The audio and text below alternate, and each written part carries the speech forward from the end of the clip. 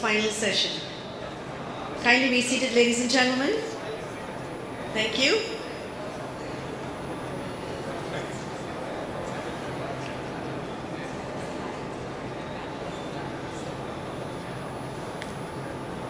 Kindly be seated, ladies and gentlemen. We're about to start the final session for the conference. Thank you. Okay. Well, this is the last and final session, the session number 7, and it's a panel discussion. India First, transitioning from current challenges to capitalizing the future. I would like to call on our moderator for this session, Dr. Ramachandran, Director and Dean, KJ Somaiya Institute of Management. Kindly come up to the dais, sir. And of course on the panel we have Mr. Rajendra Gogri, Chairman and Managing Director, Aarti Industries Limited. Dr. Ashish Lele, Director, CSIR, NCL Pune. Professor Dr. A.B. Pandit, Vice Chancellor, Institute of Chemical Technology, Mumbai.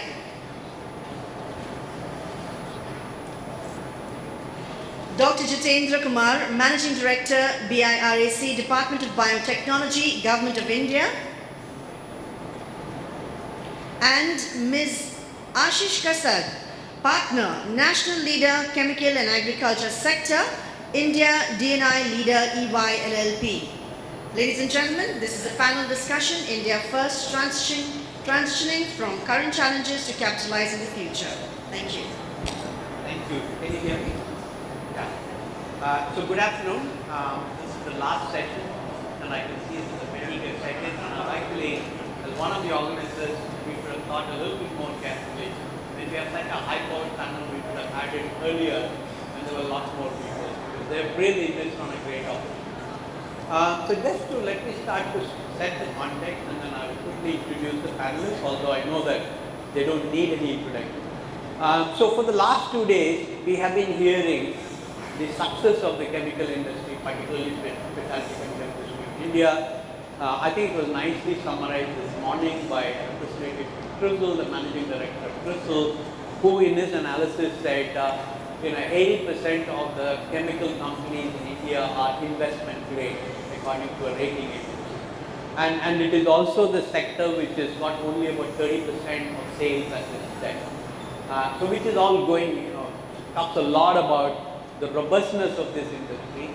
And in the earlier panel, you also heard, one of the, I can't remember who it was, talking about, how this industry has created tremendous value for the shareholders and also for the customers.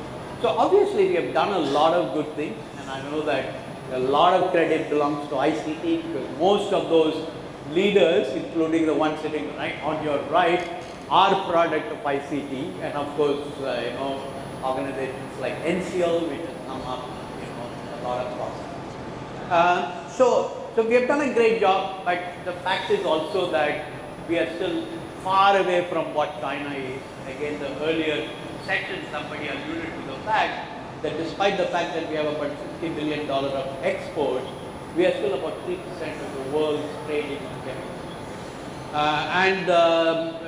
We have about $50 billion of imports that is happening.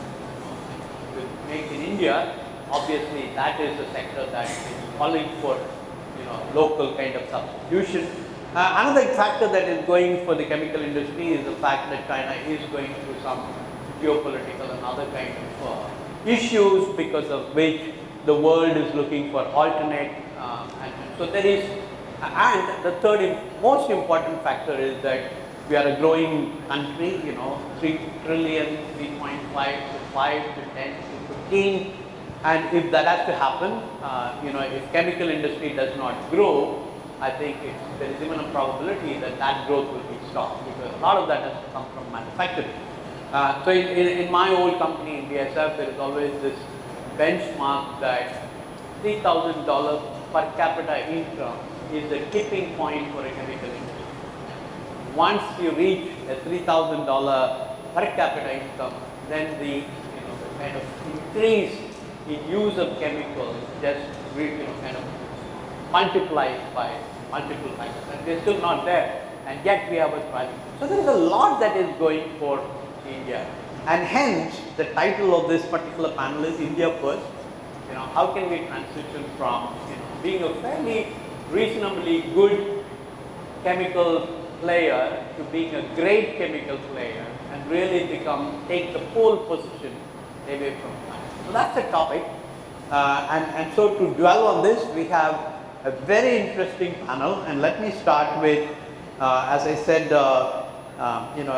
Dr. A.B. Pandit, who is the Vice Chancellor of the Institute of Chemical Technology, which, as I said, 80% of the entrepreneurs and leaders in the chemical industry come from this institute.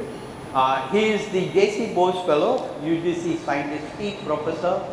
I will not read the entire because it's available on the net.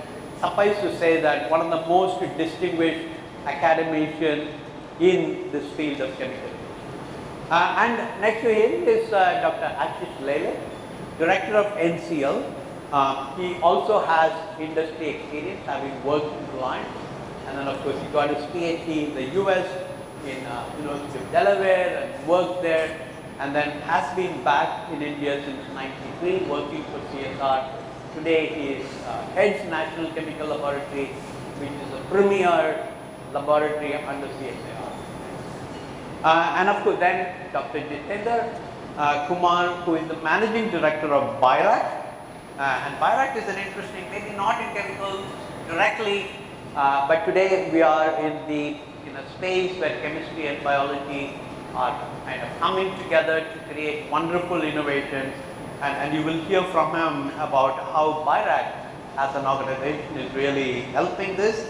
He has been in this space of encouraging innovation. His former role was in Bangalore, in the innovation center there, the head of the innovation center.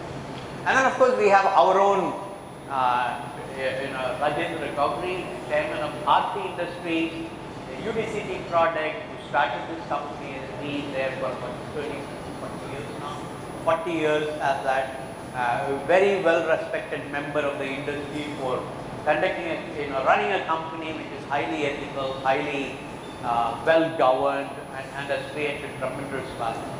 And last but not the least, lady here, also Aashish, of course you are Aashish, so I'm going to call you Dr. Lele for the moderation. And now she is coming from E&Y. She is a chartered accountant. She is currently the national leader chemical and agricultural sector, and also heads the diversity and inclusion practice. And so she is going to bring a very outside view of a consultant who are expected to be very, very unemotional to really tell us what to do. So with this great panel, I'm going to start by requesting Rajendra, who has this 40 years of being in the industry, to kind of reflect back and say what has led to the success. So the key point of discussion is there are some things that helped us to get where we are. Now we really need to understand what is going to take us to the next level of being a great country which produces. A lot of it were kind of discussed in the last 2 days. We take small examples. It will be really nice to hear from all of you, your own experience. What do you see as the critical success factors in the future for the specialty chemical? So with that, Rajendra, if you could spend a few minutes to think about, reflect on your own journey, what has led to the success of the Indian specialty manufacturer, and maybe think about what should we be doing. Thank you, Dr. Raman. The journey of the Indian chemical industries, everything, Easternization from West started maybe in 80s. Previously, I think everything was made in USA, Europe, and Japan, and all other countries were basically consuming countries. And this entire Easternization actually took place for chemical industry only in India and China. It didn't go to country like Thailand, Malaysia, and all that. And there was some specific reason that there are so many different chemicals, and you need a good ecosystem of small, medium, large chemical industry. So a lot of multinationals, especially the Europeans, they're already there in India. And actually, India, the small scale reservation came up. And that also got a lot of small scale industries in 70s and 80s. And actually, the big jump for Indian chemical industry came because of the delicensing in 1991. So suddenly, from import substitute, you have to move to export.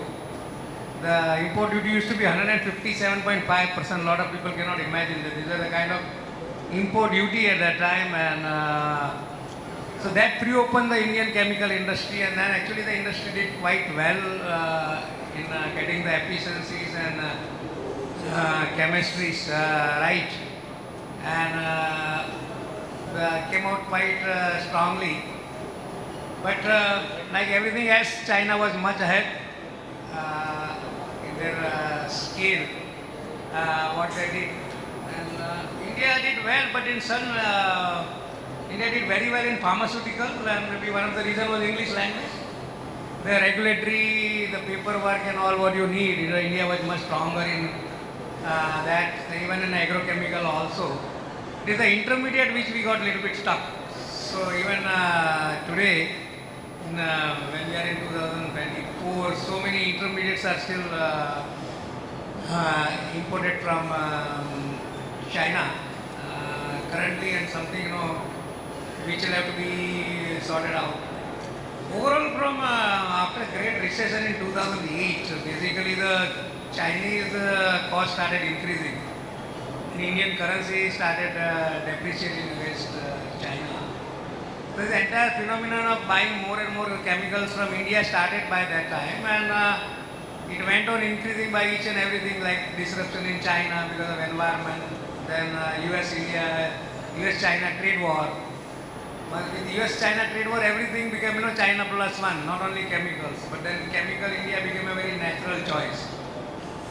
So there's a lot of demand pull, but main thing is I think all the people who are here, it is the research which is going to really be matter. There is a demand, but the people have to do R&D and work for that. So I will just stop here. You are saying R&D is going to be critical for the success. Yeah, because a lot of imports of even intermediates and all are also taking place, and that is one where a lot of even though the demand is there, but people will have to do research for that. And where China actually did well, that universities were able to give research to so many different players simultaneously. So we'll come back to this very important topic. One of the things that we need to also explore is there sufficient incentive for people to invest into research, not only from the market perspective, also from a government incentive. But we will come back to that because it's an important topic, and I know you're very passionate about it. Let me move to Ashish, a very outside perspective. So you heard the topic, and my question to you is, has the chemical industry explored all the segments? Are there other, and we heard a few here, if you could summarize that quickly. And as a consultant, what are 2 or 3 very critical success factors? So, if I had to look at it from a holistic perspective, right? 1.4 billion population, growing, and we're already the number 1 in terms of population in the world, consumption-led economy, also having very good diplomatic ties now with the rest of the world. COVID was an eye-opener both to the rest of the world on supply chain disruptions, as well as from an Indian standpoint on the dependency on China on various areas, right? Even our pharma sector, where we are number 1 and net surplus, still has a dependency on China for a lot of intermediates, the APIs. So I think all these factors put together made India wake up to realize that we need to start backward integrating in some areas, including in aromatics and some other such segments, where again critical raw materials came from China, and companies only had like 3 months inventory. So if borders shut down, how do you do business? So there are various wake-up calls that took place. Government support 15% rate companies to set up new manufacturing sites. Because again, if we have to become a 10 trillion economy, and manufacturing has to take a center stage, then of course chemicals being the building block for any manufacturing, we play a very vital role as an industry to support our manufacturing sector to be competitive.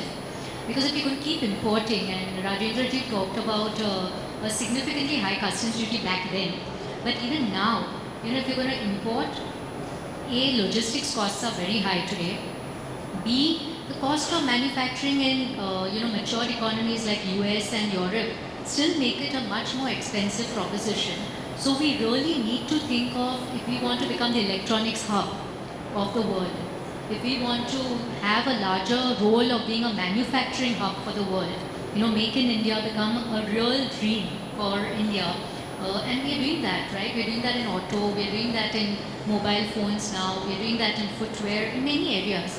But we're still dependent on many other economies for certain basic organic chemicals, inorganic chemicals. We only have trade surplus in pharma, dyes and pigments and agrochemicals. All the rest, we still have a trade deficit. So we really need to work back and start setting up manufacturing sites to backward integrate, or for companies to become, have set up large-scale manufacturing sites which can become sourcing hubs for the rest of India. So not every Indian company needs to backward integrate, but if we find those gaps and say we'll block the imports by substituting them with manufacturing in India to scale and size for India and the rest of the world, that will become a very interesting play. Suddenly catapult us from the 6th position in the world to probably the 3rd position, with anyway the EU struggling on high cost of gas and labor. This is a very opportune moment for us to now put in the capex, take those big bets at a time when things don't look as great, but you have to take a long-term view now, and then that's where probably we'll see ourselves jumping from the 6th position to maybe the 2nd or 3rd position.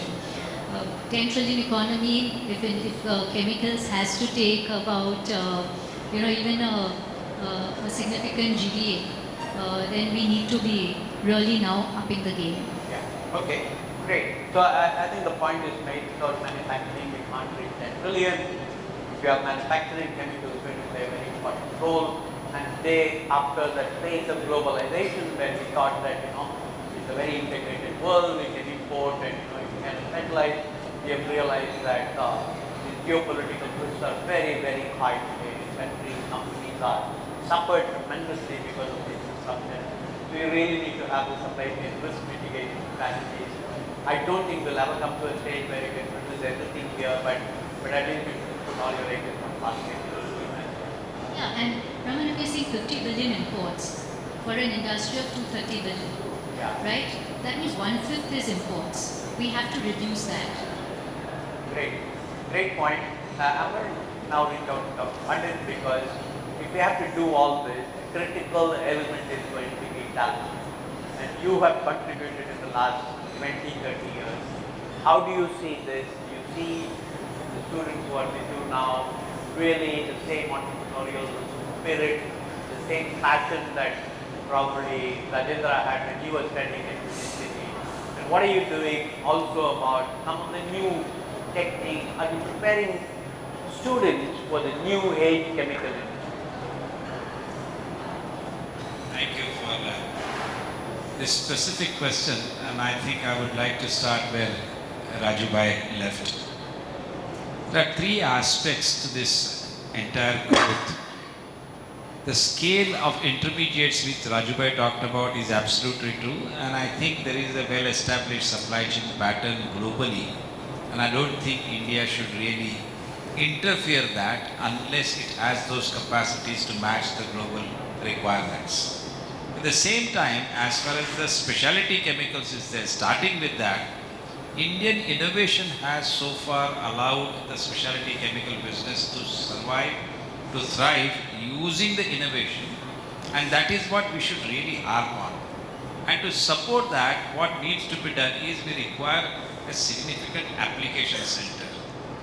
Essentially, we still make a lot of chemicals, but somehow we are not able to penetrate the Indian market itself in terms of establishing our product, which is equivalent product to outside products coming from Dow's or BASF, so on and so forth, mainly because we lack the application center and convincing them. You will find that we are able to export it because the outside industries are more adventurous, whereas Indian industry, in terms of trying something new, which is cheaper available, they still will not really do it. The first question which I always get when I propose something new is who has done it before? Now that's the most irritating question which an academic can get. If it was done before, then I wouldn't call it an innovation, wouldn't call it new. So what requires in here is both these people, the people from industry as well as people from academic, really need to learn each other's language. Academics need to get off their high horses and try to talk to industry people, telling them, convincing them about the innovation. Don't necessarily go into scientific jargon, but convince the innovation in terms of the bottom line, which is what the industry is interested in. They must learn and relate each of these innovations with either increase in technology readiness level or commercial readiness level, and see how it can really target what we are specifically looking out for. Now, once you are in this proper frame of mind, it is possible. Now, the success of ICT or some institutes which have been able to really contribute is mainly because of that. The whole objective is you require a constant interaction, constant dialogue with an industry. You cannot be sitting in college and hoping that the industry will come and ask you a question and you will provide an answer to them. It doesn't happen that way. You are the one who are creating knowledge. It is for you to promote that knowledge, find an applicators and do that. Everybody, most of the academics are enjoying 2 months of vacation. I would suggest that let them spend these 2 months of vacation in any industry, learn and work in an industry. They are getting paid anyway for their holidays. So they might as well get something paid additionally from the industry if they are able to solve 1 or 2 problems for them in those 2 months of period. This sort of an approach where industry also needs to be a bit more proactive, because the industry feels mera know-how chala jayega. So all these things in terms of the confidentiality, one needs to be really professional about it, and people in academics say, I need to sign an NDA. What is there to sign the NDA? Right? You are not disclosing that particular thing to anybody else, but as long as you want to learn, at the same time, industry should open up and tell.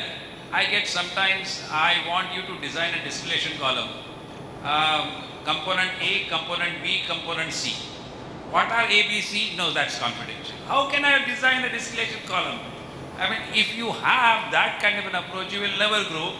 You have to learn each other's language and start communicating where you are going to convince it. And I'll stop at this. May have We'll few come other back points. to you, sir. Great points, you know. I mean, first is the point about let's not worry too much about this building blocks. There is an established global supply chain. Let's focus on application. I think that's a great point.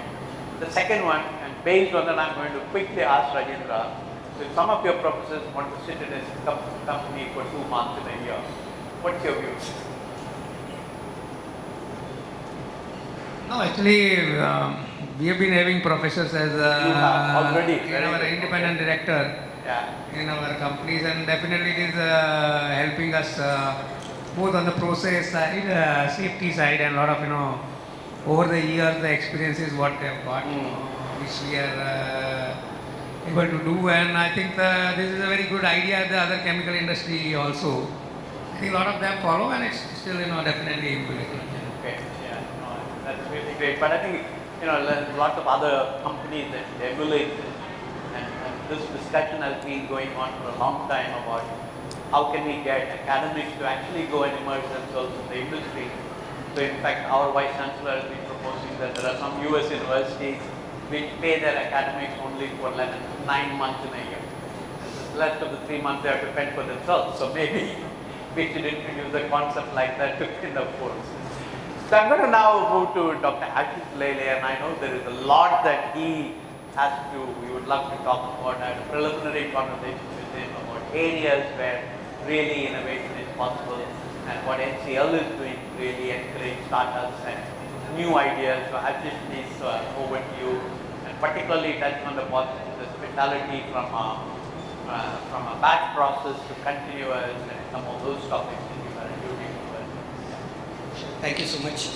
I'll start off from where the other panelists have left.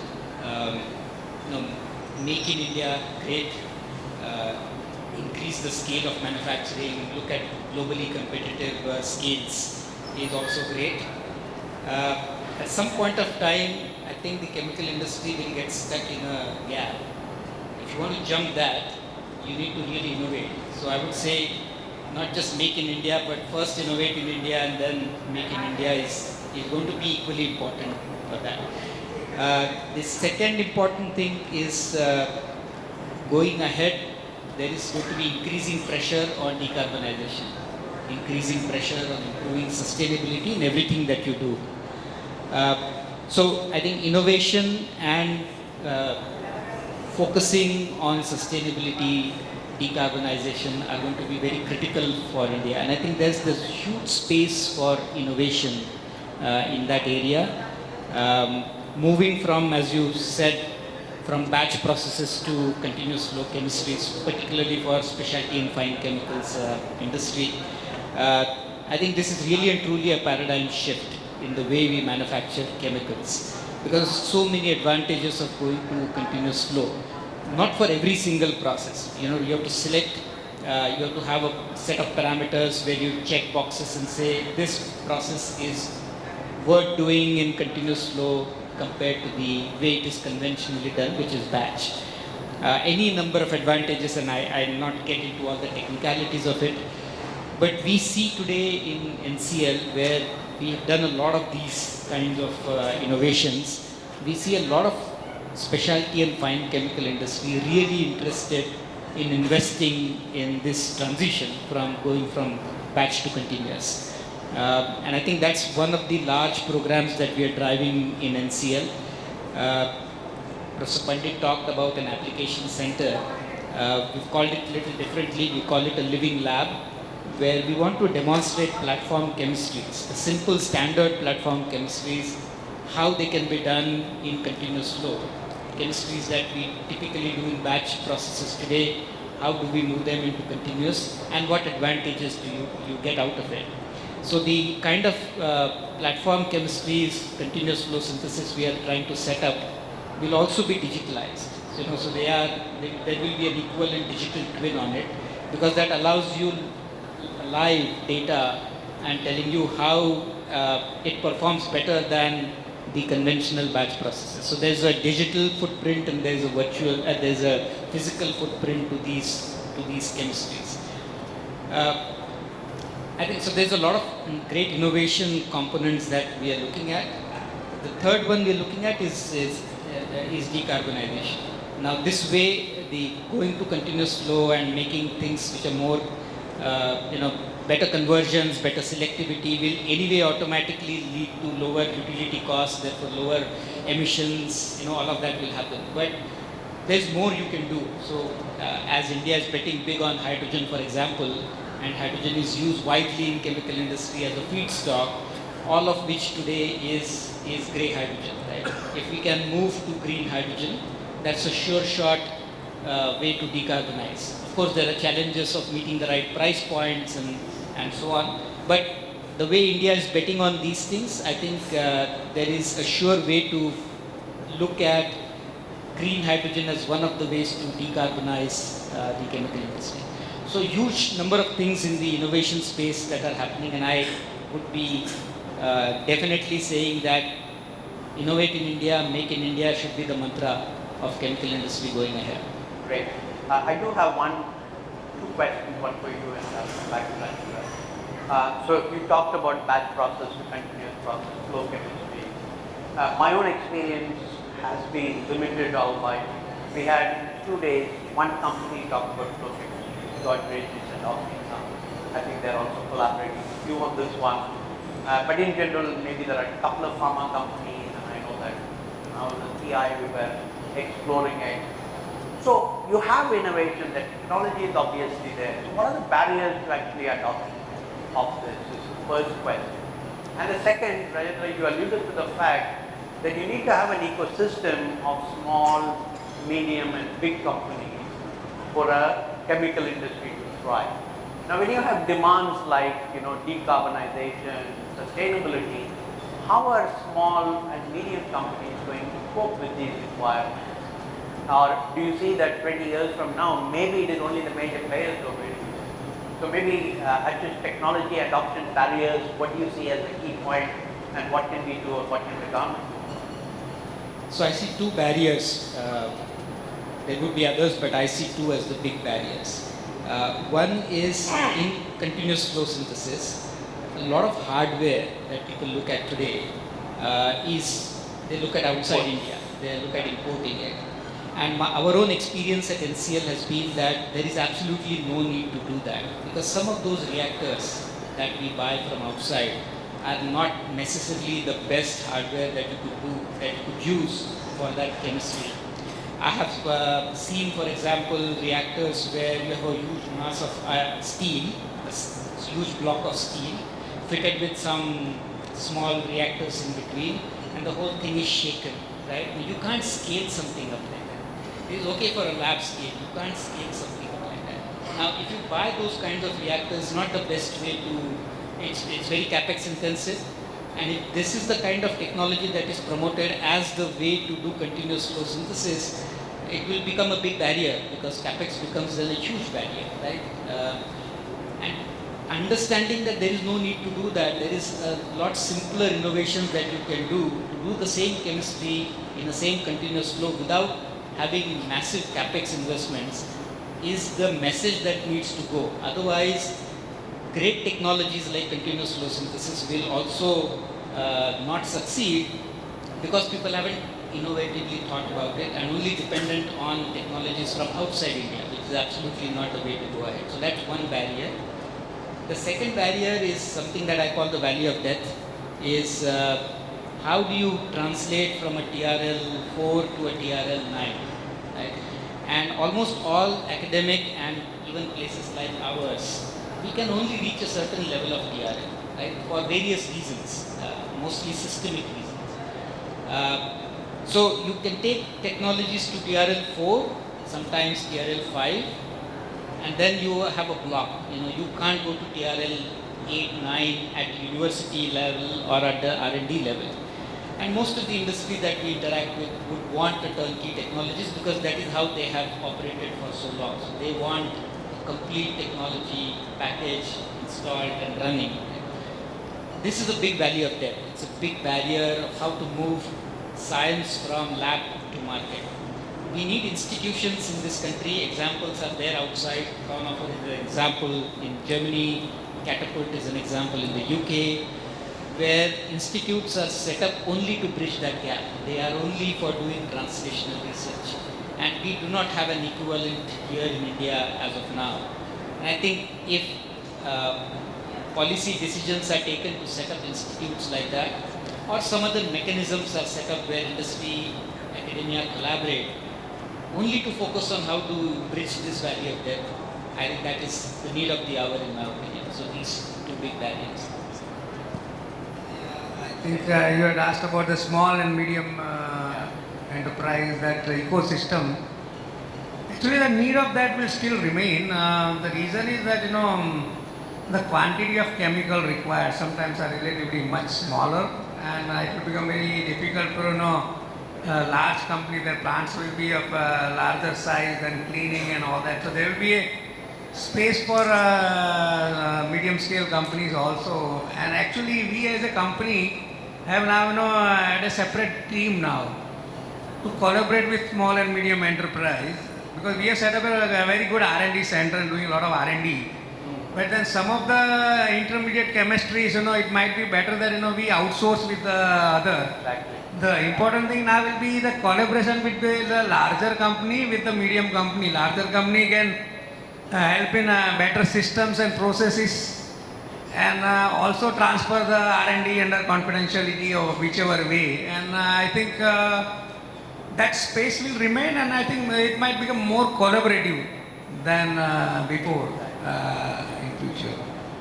No, I think we had a session this morning where one of the speakers talked about the complexity of measuring scope 3 estimates and how such collaboration and exchange of data is going to be critical if you really want to kind of start measuring scope 3. Scope 1 and scope 2 are much easier within your control. So I think that is a great point. Now I'm going to move to Dr. Jitendra and really get into a completely different niche area, which is the intersection of biology and chemistry. And also I know as the managing director of BIRAC, you have a lot of programs which helps to kind of navigate this valley of death, so to speak. So I'd love to hear from you. No, I think Dr. Lele has mentioned very important points where how to actually take innovations that are happening in the lab, public research, public funded lab, to the market. Now, as we understand, the technologies that are lying on shelf in public research labs do not find buyers from the industries, the established industries, because they think it's too early, it's half-baked, and there's always a mistrust also, they think that it's not industry relevant, and the academics people, not generally speaking, not in every case, but they think that the industry people may not understand the deep science behind it. So there's always a gap.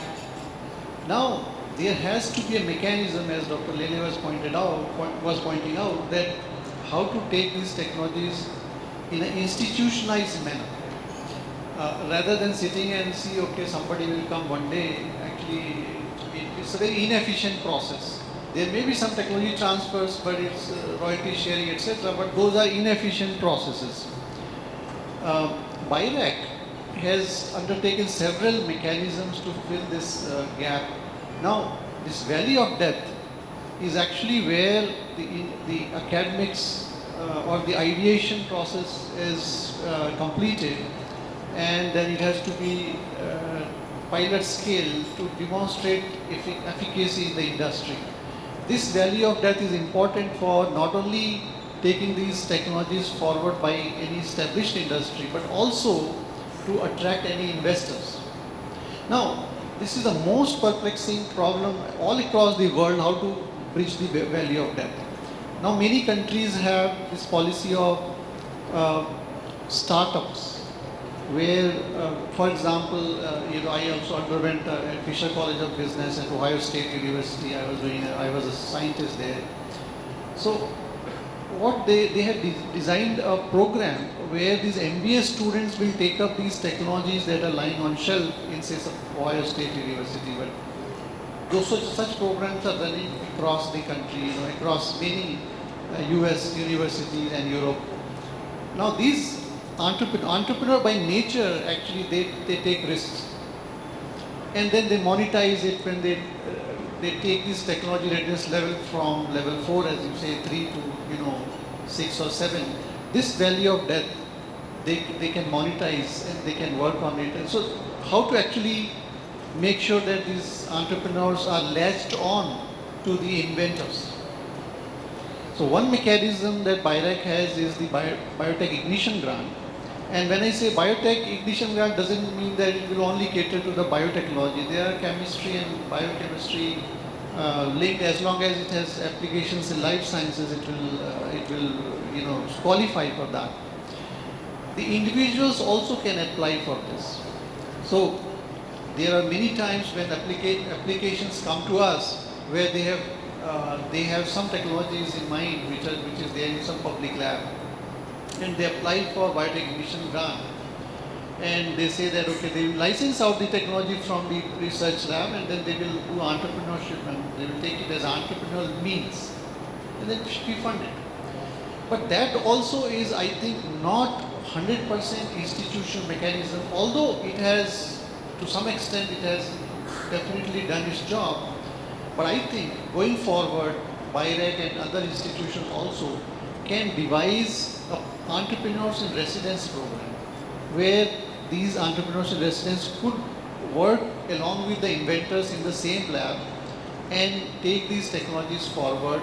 These EIRs must be employed or deployed by the university or the public research lab or the BIRAC, etc., to pay some money for living expenses. For example, some fellowship. We already have a program for research associate, but that's an academic program.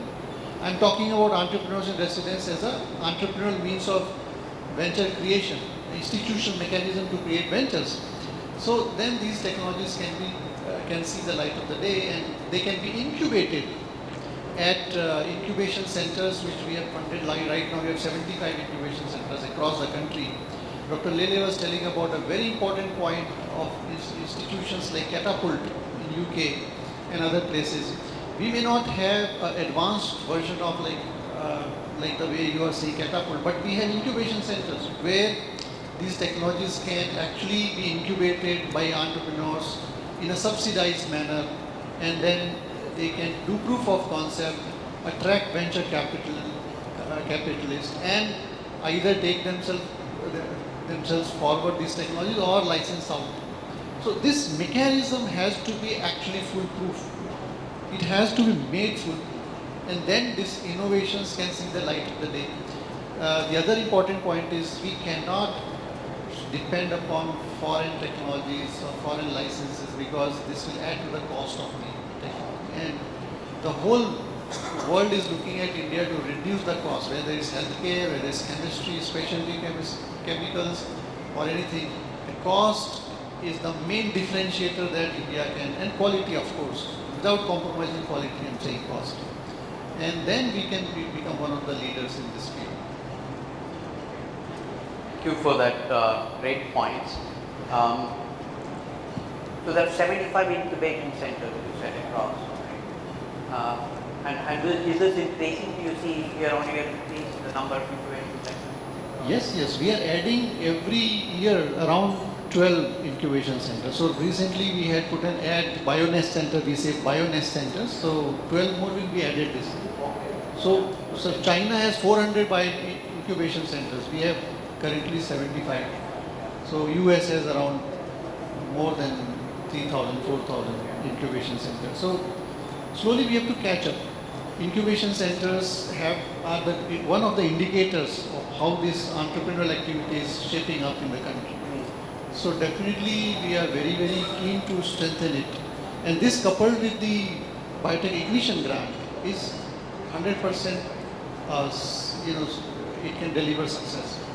And then not only this, we have several other programs also to fund add-on funding, like BIPP, CIPRI, ACE fund, equity fund, etc. This government has created BIRAC as a very innovative mechanism to interface with the industry. So in the recent budget there is a whopping 1,000 crores that has been allotted for biomanufacturing. So could you tell a little bit about that, and what could it be for the consequence of such a kind of initiative for the industry? Yeah, see, chemical industry would ultimately face some kind of heat from the ecological point of view, because there is a environmental damage which is associated with this chemical industry, and many countries are moving towards biomanufacturing now. So same chemical pathways can be actually cloned into a microorganism. Not all, but wherever it is possible. For example, I was in the last session, I was talking, I was hearing about lithium refineries and other things. I'm sure microorganisms are there which can be deployed here. Then somebody was talking about batteries and all. Definitely there are research and innovations happening for the microbial, use of microorganisms in batteries. So wherever possible. So I know that flavor and fragrances industry, these are also chemicals, but it has been, manufactured in microorganisms through a fermentation. One of the company called Tojo Vikas has done it. BIRAC has funded it, incubated at Bangalore Biomaterial Center. There are several examples where this chemical industry may make a paradigm shift to a bio-manufacturing kind of thing, and it will be ecologically sustainable. Returns on investment may be high over a long period of time, It requires, it's easier said than done. It requires whole paradigm change. But some initiation has to happen. And these innovations that are happening in the research labs could pave the way where this can, slowly turning into a biomanufacturing. So for this, the government of, India, through DBT and BIRAC has announced a program in biomanufacturing where any innovators or bigger industry, they want to set up their manufacturing through biomanufacturing, government will fund it actually for making that transition. Only thing right there is that they have to create some capacity for the startup. Because startups are because government's main emphasis is a startup. But most of the startups are actually, they are stuck at the scale-up level. They're not able to scale up. So I think these are some of the initiatives that government has taken. We have to work very closely with the industry. Industry people have to actually work with the startups also. That's a major important role. Can you hear me? Yeah. So thank you. I think a great point. I'm not sure how many of our industry colleagues are aware of this big investment and encouragement that the government is making.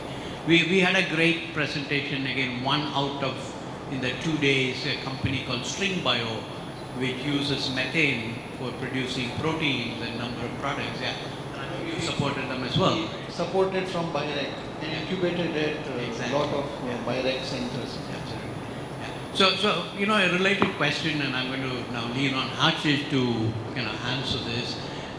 So I've seen the statistics recently that we have in India about $100 billion startups. What do you call that? There is a particular term for that, right? There is not a single one of them which is deep science based. They're all business model innovations, which is the copies of Ola's and Flipkart's and Amazon's. So from your perspective, and having been in this consulting arena, is there sufficient appetite to invest into, because government can only do so much. We really need venture capitalists and others to come in and invest. Is there sufficient appetite to invest into deep science space? I can see Rajendra. Oh, okay. See, I thought you were going to respond to this. Is there sufficient appetite to invest? So that's one question. Another question to you, and I might shoot it right away, is that I noticed that you are a diversity and inclusion specialist, and we're talking about talent in the chemical industry. Could you also remark on women talent in the chemical industry? Where is it, and what should we do to increase it? Sure, no thanks. Great questions on both fronts. Our industry in chemicals for the longest time had equity participation only largely by promoters and stock being in the public domain. Very interestingly, if you've seen these last several years, private equity is now taking a very active interest, right? Because they're seeing the kind of returns that are coming in.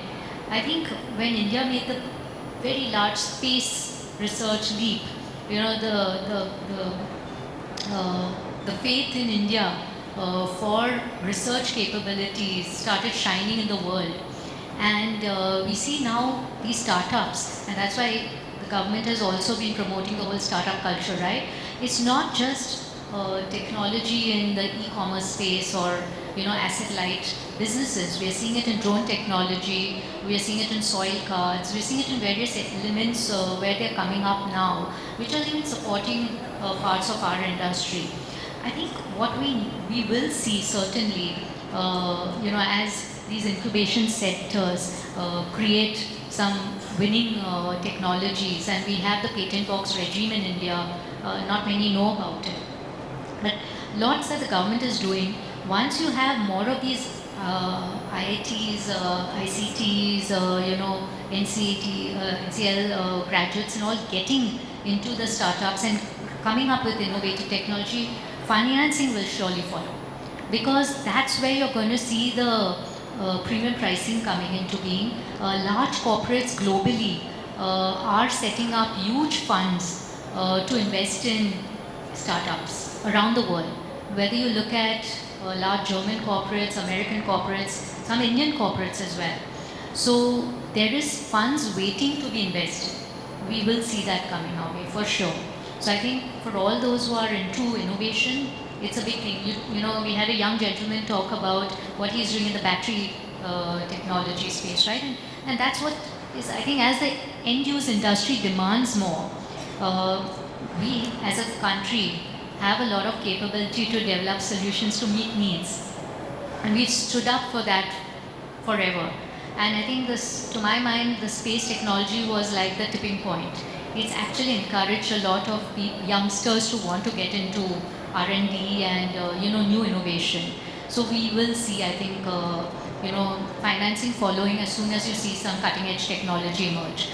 To the second point on women, you know, I think every forward-looking organization is now talking about women in STEM. For the longest time, you saw the chemical industry bereft of women at senior positions. You know, you now have got many young women leading organizations. I mean, you have Vinati Saraf is one of them, and there are many more. You had, you know, the lady earlier on the panel from Ecolab and so on. So I think it's now, it's still not to the level we would like to see it, but more and more corporates are driving programs to help women in STEM, to encourage more women to get into interest of maths and science, and you know, have career-friendly policies to enable women to participate more, take the career to a higher level. But Rajendra ji, I would be also interested in your views and what is Aarti industry doing on that front.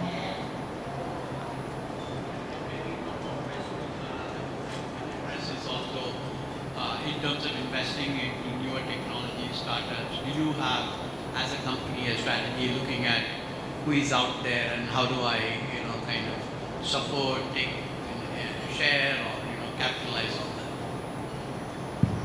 that? Regarding, you know, definitely last few years, you know, we have really started more on diversity. Actually, a lot of engineers in last few years we have recruited in our company. So as a specific policy drive, we are doing that, and we are seeing encouraging, you know, results on that. And regarding startups, and also the title what we have is India First. So one thing, you know, because of this climate crisis and net zero goals, this is now, I think, is going to be a new research and innovation wave across the world for everything, and that will be done now by academic institution, startups and established industry world over. And I think that's where the India First can come, that, you know, get more and more R&D done here and then commercializing that. So that can be done for even the R&D which has been done abroad also, as well as what is done here. So important thing is on startups, and that encouraging thing what we'll have to do is that how do that they commercialize. So I thank, you know, Chemtech, this time they have arranged this scale that is for, you know, solving for climate action by leveraging ecosystem.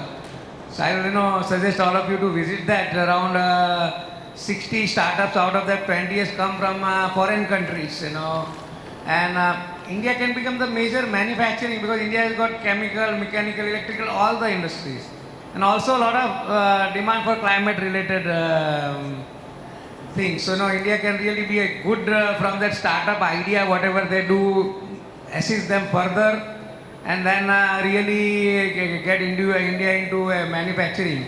So this new technology wave which is coming on climate related, India should really target that to be, you know, pitched itself as India First, because preferably they would not like to go to China with all the 30 years experience. So I think that's where the important points you mentioned, like, you know, Indian companies also should now actively also invest. Like our companies have invested in a lot of startups at our personal family level, office level. We have invested in global startups also on climate, because at the personal family level, you know, we are taking this as a focus. So we have got a lot of exposure with startup, but this and also what Dr. Jatin said, there also a lot of incubation also.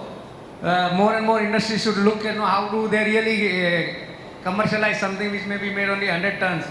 and the potential may be of say 10, 20 fold, then how do you do the hand-holding to a larger company, and then how do you share the profits and all those kind of encouragement I think are needed.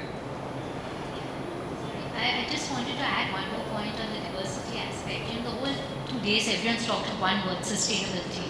And BRSR norms that the government has introduced, right, for listed companies, there's a very specific KPI that one has to measure on diversity on your board and diversity in the workforce. And the benchmarking, we heard Crystal talk about ESG ratings, right? So if you're going to want to be competitive, this is going to be one of the many measurements that every corporate is going to have to disclose. And I think that's also going to fuel more diversity on the shop floor, in the room, in the offices and so on.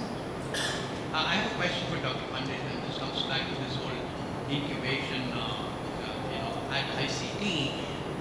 Now, you kind of created a lot of entrepreneurs, but this is a different kind of a game now. So could you tell me a little bit about how is ICT looking at this whole incubation platform? Do you see another Ambani coming out of those incubation centers? Indeed, at least for the past 6 years or so, ICT has always been involved in innovation and incubation. And every year, at least 5 to 10 people from industry, from the graduating academics, end up doing startup, not immediately, but after serving for maybe a few years. Today, if I look at it, approximately 700 to 800 first generation entrepreneurs have come out of ICT, and there have been some batches which are probably 30-40-year-old batches, where almost 40%, 50% of the graduating batch are having their own units, which is very good. Now, he also talked about incubation center. ICT also has an incubation center, and we are actually incubating about 12 startups in ICT. What I feel is necessary for new academic involved in research are 3 angles. One, as was pointed out correctly, is innovation is absolutely important, but we must look at the scalability of that innovation. So it's essentially formalizing Jugaad so that it can be scaled up. And for that you require an understanding of deep science. Second is, whenever you come up with an innovation, the cost implications of those innovation needs to be assessed, not necessarily by an academic, but sitting with an industrial partner or industrial consultant and get a feel that if he is planning to do something differently, how much cost implications are going to be there on the bottom line. And the third part, previously we concentrated only on energy efficiencies, selectivity, so on and so forth. Now we also need to look at sustainability in terms of the actual carbon footprint. So innovation should address all these 3: scalability, sustainability, and the cost implications of that. This is the paradigm shift which is required in an academic thinking who's guiding research students, so on and so forth. So they end up and coming with an innovation which is, as I said, profitable, sustainable, and environmentally friendly. Thank you. Thank you.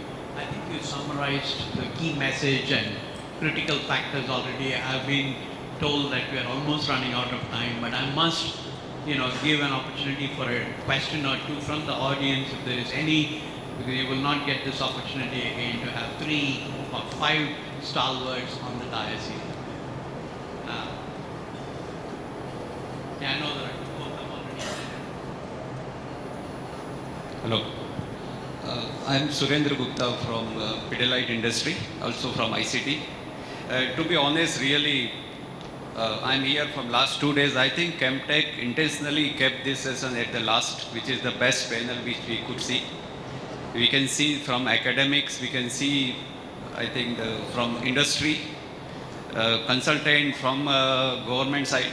My question to all of you can answer, is still in India, when we talk of the specialty chemical or chemical industry, the collaboration between the industry and academia is still on a lower side, or perceived to be on a lower side, which could be mutually beneficial from both the sides.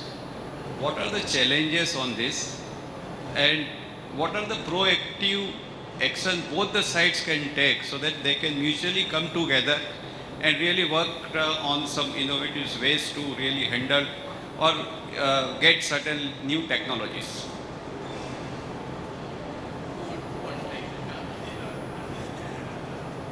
I think we've already started addressing this issue in the students' outreach program itself. During the students' outreach program, we identify approximately 25 industries, and we told them that you come up with an industry-defined problem where you are looking out for a specific solution and hand over that particular problem to the students for them to come out with the possible solutions. We'll be assessing those tomorrow and give awards as well. So what you said is absolutely correct. Essentially, as I said in the beginning of my discussion itself, both of them, academics need to get off their high horse and learn to have a dialogue with an industry where industry is not necessarily, I am saying market, not necessarily interested in science. They are also interested in science, but ultimately they are running an industry, not an academic institute. So you must point out what is and how it is going to affect their bottom line. At the same time, just because it is saving 2 paise here and there, but if you look at in totality, the process is more sustainable, it has a less of a carbon footprint. Industry should not only look at bottom line, but it should also see the sustainability of the innovation which has come out. So if you are, it's a mutual, and that only thing happens is when you talk and discuss, industry and academia should have a continual dialogue happening on a continuous basis on various aspects of it, and that is definitely going to be the key factor required for mutual beneficial of industry as well as academics. Because then academics will do research which is relevant. Otherwise, they will just publish papers and be happy with the publishing of papers. Maybe file patents, don't bother about exploiting these patents or licensing out those patents. There is a lack of understanding or lack of expertise existing in academic institute related to translational research and related to exploitation of patent. So some mechanism, and I think government has come out with multiple options which are available, and many academic institutes are not aware of those options which can be explored. And what he correctly pointed out, many options and many schemes are available and they can be really exploited to the beneficial practices of both. Thank you. Thank you. Do you want to add? Yeah. I wanted to add one more point. Now, Indian Chemical Council has formed a company where they can receive CSR fund from the industry, and the whole idea is then they can identify some general problems which that industry might be facing for certain chemistry, certain environment and all, and then that can be given to appropriate academic experts to do that R&D, and then that can be made freely available. So that has now started. So I think that is the one where I think we'll have to do thrust. Because the larger company, they have their own R&D. This is the medium and small. So problem which are faced by this medium and small company, which are more general, individual cannot afford. So this mechanism, we are able to get this institute, this company where we can get CSR. I think that we'll try to leverage going forward. Absolutely. Great. Yeah, I think last question I have, I think Anil, you wanted to ask a question, please. Yes, Anil. And Kunal, you have a question as well. Burning, is it?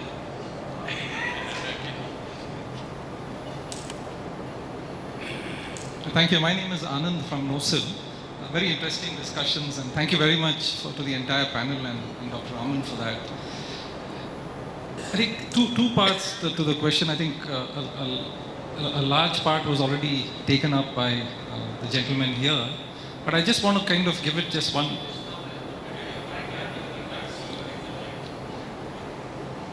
It's okay?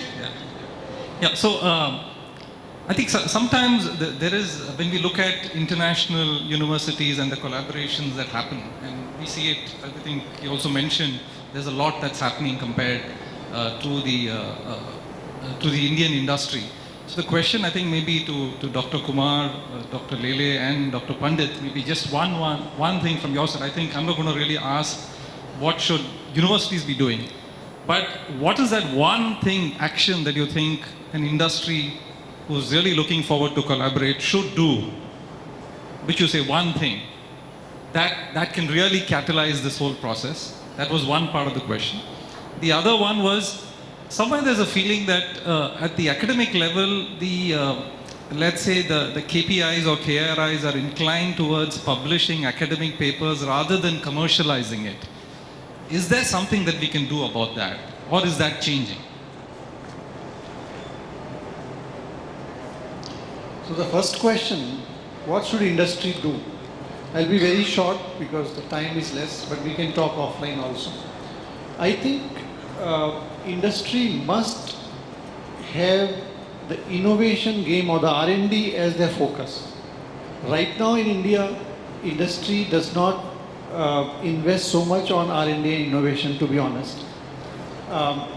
If you see the spending of GDP, research and development on, on GDP, how much is spent on R&D is only 0.8% of GDP in India, which compared to say China and US, it may be very less.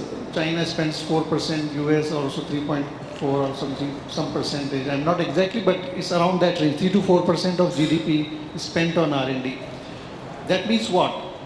That means that in India, although first of all it's very less the quantum of innovation and R&D happening in the industries. Second thing is, R&D happening in the public research lab. Second is that industry itself is out of the picture, very less. So government has started many programs like BIPP, SIBRI, which is through BIRAC, where they fund the industry and encourage them to co-fund the project, to encourage R&D. So that is one. Second is the platform built by government agencies such as incubation centers and various programs like BIPP, SIBRI should be utilized to actually see what all innovations happening in the academic labs, and they should try to catch those innovations and try to work on how they can take it forward themselves. Many industries, if you see from IT side and even biotech, they have created their own innovation centers. Microsoft has own innovation center. Johnson & Johnson has own innovation center. Why? So that they can actually build the pipeline of new innovation. Or companies who will lead actually will have to have innovation game in their product after the product, etc. They have to move on in this factor. So I think industry must focus on R&D innovation, and then only they will seek out these new innovations from the academic lab. Just to add to what you just said, Dr. Jitendra, supplement what you said, in India, industry spends 2 to 3% of its profits on R&D. Globally, the large corporates spend 8 to 10%. Now see the delta. Secondly, those global corporates seeing the talent in India, setting up their outsourced R&D centers in South India. How many Indian companies are really building to scale those R&D centers, which could be innovating for the future? That's the difference and where we can catapult. Yeah, I'll say only two things. First is the risk-taking ability of the industry needs to be upped a little bit, right? Especially from the point of view, as I said earlier, there is, arguably a valley of death that exists. If industry expects a complete, full, mature, turnkey technology from academia, it's not coming, right? So you need to take a little bit of risk and say, I'll take a little half-baked technology and I'll scale it up myself. Hand-holding from the academia is absolutely always there, right? So a little bit of risk-taking is my first answer to your first question. The second is, honestly, I do not see why a fantastic paper in the topmost journal can be published at the same time that can be translated into technology. There is no dichotomy here. It's not this versus that. It is this and that. You want to develop globally benchmark technologies, you need to do the best of the science. That science will get published in the topmost journals. Why cannot that science get into exciting technologies? Because otherwise those technologies will be me too technologies. They will never be globally competitive, right? So I don't see there is a problem. It's not a question of this versus that, publishing versus commercialization. It is publishing and commercialization. I think that is how we should look at it. Thank you. So, Kunal, quick one. Yeah. Thank you. Very honestly, it was impressive. My question is 2 points. Sorry. Number one, is there a scope for external auditor to step into the system and actually audit the technologies that are being produced in the labs of ours, in an institute like yours? Why I recommend this, as you've rightly said, there is a lack of trust between both the agencies, universities as well as industries. Do you think an external auditor, and I'm sorry I say auditors because everybody's scared of them, but they do add a value of, as he said, dispassionate evaluation of things. Do you think there is a scope for an external auditor to deal with the trust system? Can there be an industry created where universities pay these auditors to just audit whatever is happening on the tech front, which can then be pushed on to industries to buy and pay for these audit reports? Both of you, actually. You know, auditors are somebody you want to keep away from, right? So, you could have internal benchmarks set as success criteria for your own organization, right?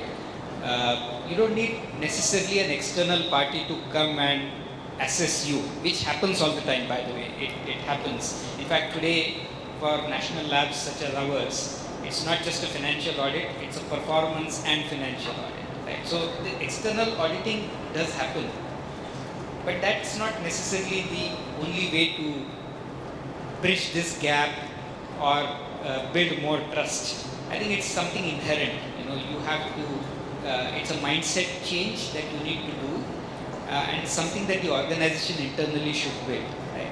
This mistrust, that gap has to be bridged. There is absolutely no doubt about it. And I think I agree with what Professor Pandit said. The more of our scientists go and spend time in industry, the better it will become. And we would also suggest the other way around. From industry, you need to also understand how scientists work. How does their mind work? It's only when that happens, and it doesn't happen so much in this country, but you look at US, so much of that happens. We have, in academia, just started Professor of Practice, for example, where industry experienced people come and start teaching students here, right? So there is the reverse flow happening. A lot of people from academia take sabbaticals in industry. That doesn't happen very much in India today. These are the only ways you can bridge that gap and build more trust between not auditors. Yeah, I think it has to be built on mutual trust. No one else can facilitate that, especially not an auditor. As somebody who runs a business school, I can tell you that it is a huge gap, because you would have thought that a business school has a much greater interaction with industry. We do have, but when it comes to research, it is really very isolated pieces, and so there is a long way to go. So I think in the interest of time, there is one more question. Yes, okay. Yeah. Yeah. So hello, I'm from a company called Aspentech. So very interesting panel, very insightful, discussion going on. What I wanted to ask was because you're all present right now. So, cases like on digital transformation, sustainability, like when we go to a B school or a management school, we don't get much cases which are there on industries, in chemical industries or all this. When will we get such live cases which we work on? Most of the cases that we read about are from the banking or credit card or, finance industries. But what we want to work on, when we come, learn these courses, and when we come back, we want to learn more about the industry. So when will, we take a step to give these live cases that can be studied? Do you get the question? Yeah, I think it will be from company to company, and each company, especially the larger company, only will move on this digitalization and all that. Like our company also on that roadmap. So every company will have to decide at what ultimately it will have to be done and what stage it is going to happen. We are just outside, and one thing, but one could point we are listening was artificial intelligence. They put it in the actual mixing reactor and then collect the data and then how do you do it better. So all of this is really going to help, and I think going forward, this digitalization and artificial intelligence, everything is going to come in play. But I think each company, when to focus. It all become question of focus and the incremental benefit. That's how it is going to be. Certain government policies will also help. For example, the concept of LCA, life cycle analysis of a project, a product or a process was unheard of 5 years ago, 7 years ago in an industry. But today, if you want to get an environmental clearance, it is mandatory for you to carry out LCA of a product which you are carrying out. And to be able to carry out LCA properly, you do require the complete understanding of the process. You require a complete understanding of the utility consumption. You need complete understanding of cradle to grave approach. So, because government is now insisting, more and more digitization, more and more softwares are being put to use, which is naturally going to digitize this entire domain of process development and optimization. So this will happen, and it is happening. Maybe at a much faster rate, because you come from Aspen, essentially you are looking at the usage part of it, but more popular and affordable if it is made, then I think it is going to be quite useful. We have Aspen Tech running. I know the costs associated with it. For academic institute, it's very cheap, but if you want to take an industrial problem and you want to have a commercial license, it becomes prohibitive. Thank you. And I think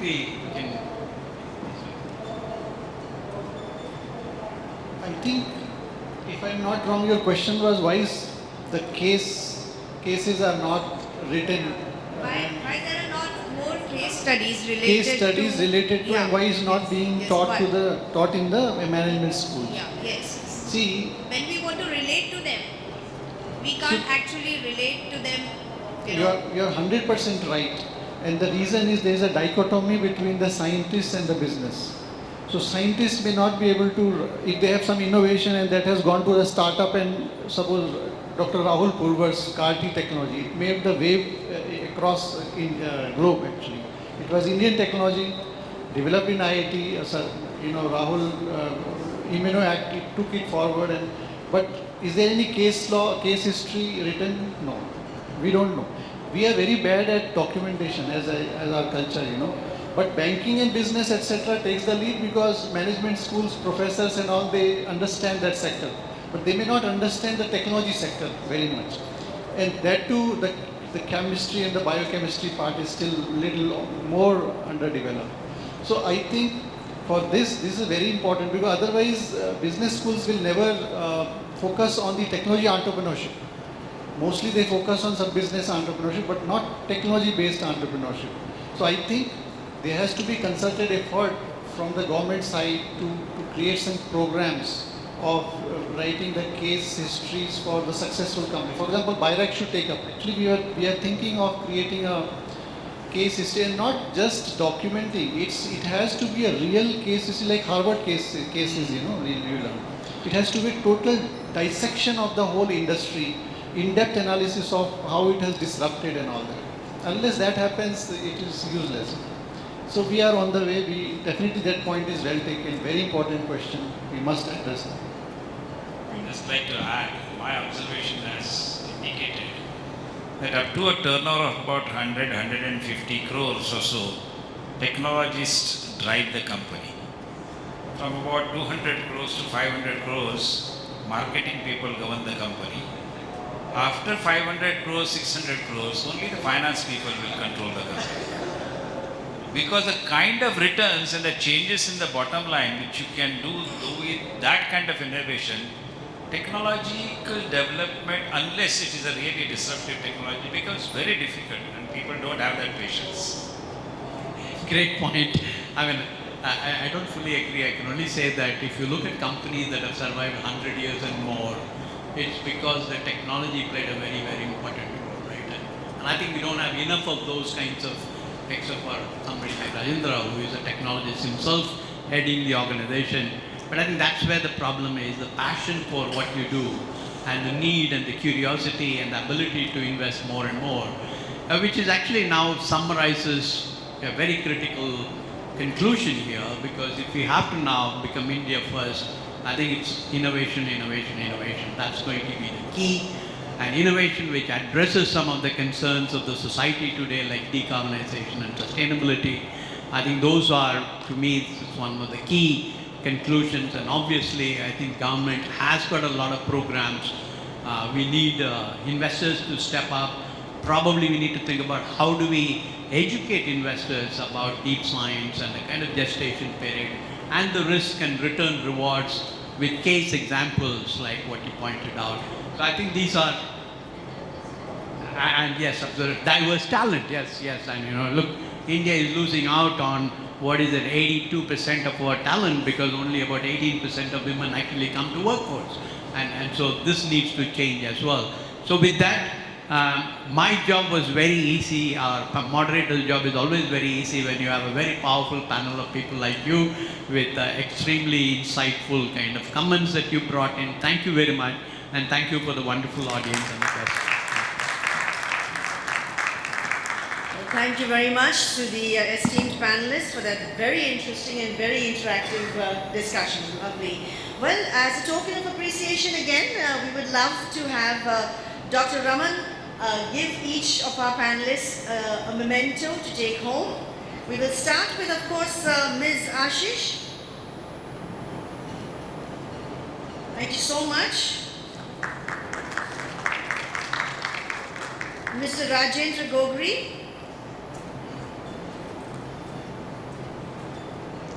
Thank you, sir. Dr. Ashish Lele. Thank you very much, sir.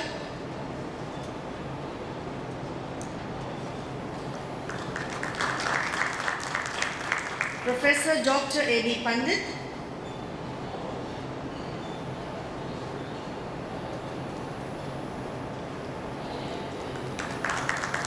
And Dr. Jitendra Kumar.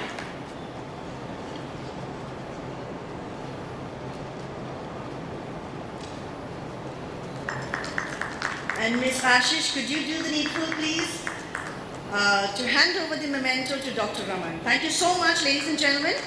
Thank you, the panelists. Very interesting discussion. Well, with that, ladies and gentlemen, we come, I'm sorry?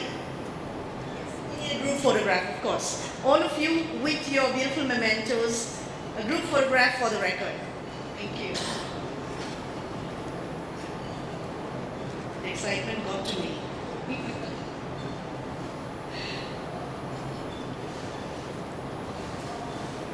Lovely.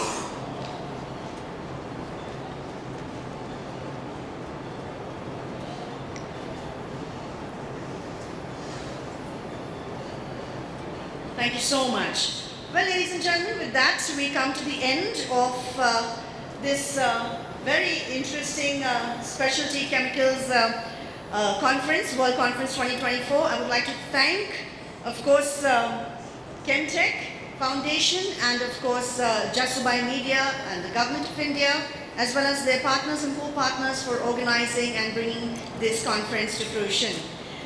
Ladies and gentlemen, I would also like to thank you, the attendees, for your very active participation in the conference. Thank you to all the panelists and all the speakers, and your exceptional contribution to the event. Your expertise and insights have greatly enriched the experience for all our attendees. We are truly grateful and thankful for your valued contribution. Thank you, sir. Thank you so much. Well, until we meet again, ladies and gentlemen, this is Jackie signing out as your hostess and compere. Stay well, stay safe. God bless. Good night.